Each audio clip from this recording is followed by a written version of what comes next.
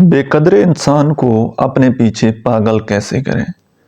इसका सिर्फ और सिर्फ एक तरीका है कि जहां पर वो खड़ा है, जहां पर उस इंसान का माइंड सेट है, आप उस इंसान से थोड़े आगे निकल जाएं, खुद को ताकतवर बनाएं, जिंदगी में आगे ग्रो करें, कामयाब बने, सक्सेसफुल हो जाएं।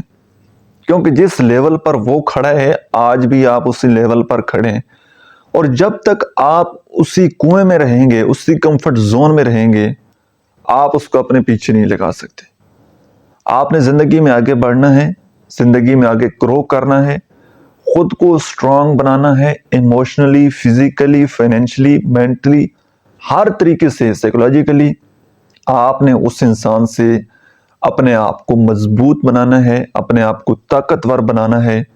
और एक बात मैं आपको लास्ट पर ये कह देता हूं कि दूसरों के लिए जो इंसान अच्छा सोचता है ना, फिर अल्लाह ताला भी उस इंसान के लिए रास्ते आसान कर देते हैं।